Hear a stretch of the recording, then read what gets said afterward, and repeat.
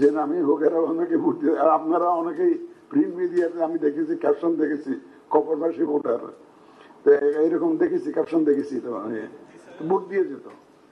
এবং অনেক প্রায় 40 লক্ষ, প্রায় 43 লক্ষের মতো পেয়েছি যারা ভোটার হওয়ার যোগ্য কিন্তু ভোটার লিস্টে নাম নাই। এখন প্রায় 43, মোর দেন 43 লাখ, আর 21 লক্ষের বেশি তো পেয়েছে মৃত ভোটারই। আমরা এদেরকে ইনক্লুড করতে করার সুযোগ পেয়েছি। এবং মহিলা পুরুষ ভোটার আমাদের এখানে জনসংখ্যা অলমোস্ট রাফলি 50%, মহিলা 50% তো জরুরি, অত্যন্ত জরুরি, এবং আমরা এটাকে মূল্যায়ন করতে চাই।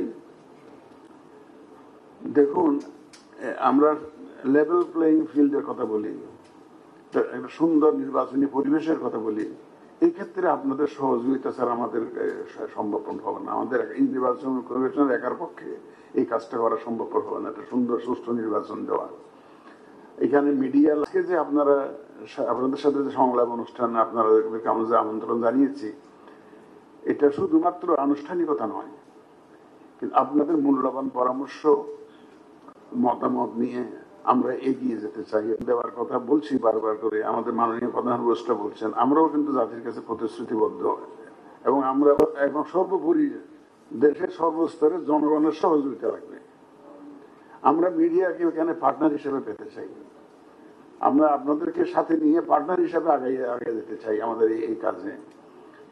আমরা ইতিপূর্বেও জানিয়েছি যে আমাদের যে জনসচেতনতা সৃষ্টি, এই যে ধরেন এআই এর অপব্যবহার, মিস ইনফরমেশন, ডিসইনফরমেশন, এগুলা অ্যাড্রেস করার জন্য আপনারা একটু গুরুত্বপূর্ণ ভূমিকা রাখতে পারেন।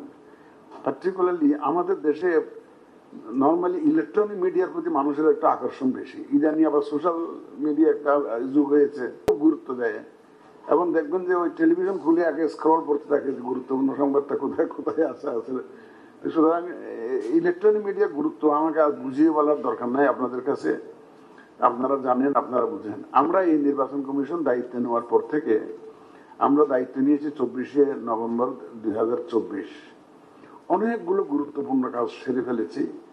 আমরা ত্রয়োদশ নির্বাচন সুষ্ঠু, সুন্দর এবং অবাধ করার, বিশেষ করে সবচেয়ে বড় কাজ যেটা করেছি সেটা হচ্ছে যে একটা ভোটার তালিকা হালনাগাদকরণ। এটা একটা বিশাল কর্মযজ্ঞ ছিল। আপনারা জানেন যে আমরা প্রায় 77,000 প্লাস পিপল মোবিলাইজ করতে হয়েছিল এটাকে আপডেট করার জন্য। এখানে আমরা সুফল পেয়েছি, কিন্তু এটা অকল্পনীয় সুফল পেয়েছি। যেমন 21 লক্ষের বেশি মৃত ভোটার আমরা আইডেন্টিফাই করতে পেরেছি, যেগুলো ভোটার লিস্টে ছিল 21 লক্ষেরও বেশি।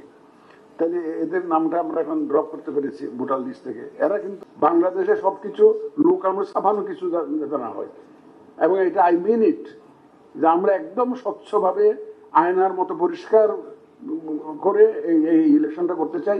এই ক্ষেত্রে আপনাদের সহযোগিতা খুবই দরকার হবে।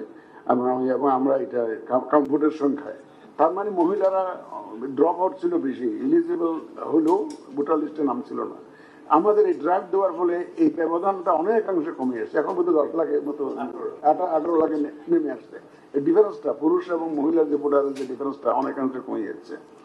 এবং মানুষ যে একটা আগ্রহ হারিয়ে ফেলেছিল, পার্টিকুলারলি মহিলারা, এবং গ্রামাঞ্চলের রিমোট এলাকার মহিলারা, যে রিমোট এলাকার প্রত্যন্ত অঞ্চলের মানুষ যে ভোটের প্রতি আগ্রহ হারিয়ে ফেলেছিল, সেক্ষেত্রে আমরা একটা আলোড়ন সৃষ্টি করতে পেরেছি, তাদের মধ্যে একটা আগ্রহ সৃষ্টি করতে পেরেছি।